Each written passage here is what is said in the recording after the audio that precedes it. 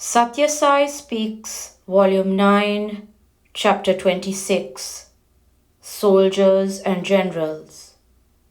God has given you this great chance, this wonderful world, to be used as a gymnasium for the development of mental peace and as a mint to transmute your base metal into valuable currency.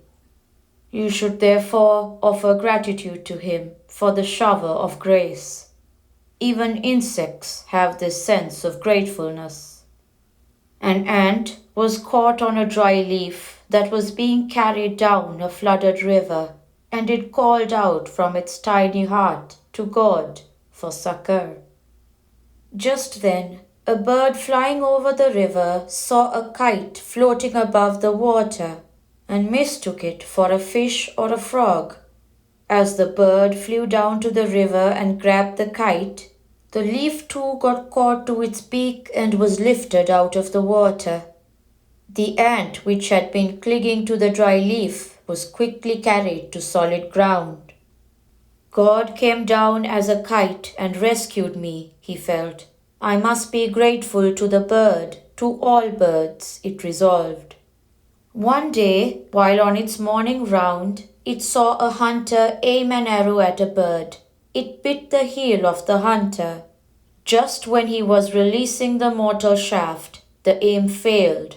The bird flew off and was saved. The ant had paid its debt. Man too has to pay his debts. He is heavily indebted for all the good, the true, and the beautiful with which he is endowed. He must pay the debt he incurs when he hears a discourse. This is done by ruminating over what has been told and practicing at least a few of the ways of life that have been recommended. The meal that is eaten has to be digested so that it may strengthen the bloodstream and transform itself into courage, skill, and stamina. The world into which he is born has to be watched and studied with care and discrimination. The world means all that is not I, everything that the I calls mine, body, senses, mind and intelligence. Spirituality cannot thrive in a loveless heart. God is everywhere, He is everything. So it appears as if He is nowhere and He is not in anything. For to know God, you have to identify Him as someone foreign and something unique. We forget that everything is foreign to us. Everything has a uniqueness of its own. On what authority can you deny? On what authority do you accept? You cannot deny love or truth or wisdom. God is love, power, truth, wisdom, beauty. When you accept love, you accept God. The tender plant of spirituality can grow only in the field of love. It cannot thrive in the dehydrated, loveless land of human hearts. Remove all traces of bitterness from your hearts, adding to the soil the precious blessing of the Lord's name. Water it with faith, then plant the seedlings of divinity. Have discipline as the fence, and steadfastness as the pesticide to be sprayed. Then you can reap the rich harvest of jnana, which will free you from the task of cultivation forever. Those who laugh at people doing bhajan, or visiting temples, or attending divine discourses have not tasted the nectar. They are therefore prejudiced against it. Pity them, for they do not know what they are missing. But these people do help the aspirant by hindering his aspiration. People pray to me, Baba, put an end to the machinations of these unbelievers. But I know how useful these traducers are. When the millet has grown to a certain height, you can see the riot taking a prong and digging the soil all around the stem. You may fear that he is damaging the plant. or hurting its roots. No, that operation only helps to make that plant grow better and sturdier. Certain fruit trees too have to be pruned often. Opposition, criticism, even downright condemnation are necessary to confirm, consolidate, and promote real faith. The tests only deepen the conviction. What is the good in having a nose that falls off at the first sneeze? Yearn to see the resident in the body. Some call on God only for help in distress. As the Telugu saying goes, when suffering comes, you call on God. Until recently, pilgrims who climbed the series of steps that led them up the 7 hills to the shrine of Venkataramana, they used to shout Govinda, Govinda so that their legs may not ache. Now, roads are laid right up to the temple door, and cars and buses take pilgrims straight to the very presence. So the only ache people have nowadays is ache in the stomach, due to overeating and want of exercise. How will God reveal Himself when the seeker rides to His presence smooth in a swell car and sticks to his regular routine of luxury? Yearn to see the resident in the temple of your body. Do not yearn for keeping the body safe, trim and coddled, in costly comfort. There are some ultra-modern sadhakas who do not want to cross their threshold or spend a paisa or move a muscle, but who yet demand that self-realization must drop lightly on their laps, from the Guru or from God, whom he should be able to persuade or manipulate. And there are gurus who cater to such, so that they can collect a pile.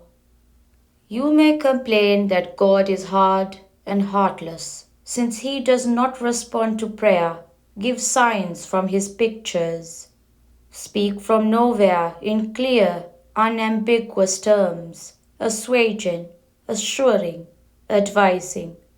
But let me tell you, God is love. Love is God. His akara, form, is prema, love. His swabhava, essential nature, is ananda, bliss. His rakta, lifeblood, is satyam, truth. When even the stony cliff echoes your voice and resounds when you cry, will not the softest, sweetest, love-filled heart respond? When there is no response, infer that there is something wanting in the cry. Perhaps the cry is hollow, insincere, mere play acting, set to a pattern, addressed to someone alien to oneself, taken to be far away and distant as a tyrant or a taskmaster. Ignore trivial matters for the larger interest. Know that God is the one that is dearest and nearest to you, as dear and as near as your own heart, and pray to Him surely. His answer will be vouchsafed immediately. 100 such individuals will leaven the whole earth. You may have huge hordes of men in the army, but they are useful only when the few generals who lead them know where they are and whether they should proceed, and how they should overcome the enemy, whose strength and weaknesses they have comprehended. Hordes of people sing, recite, adore, worship, praise, but these are the soldiers, those who believe, who have faith, and who practice the discipline. These are the generals in whom the Master confides.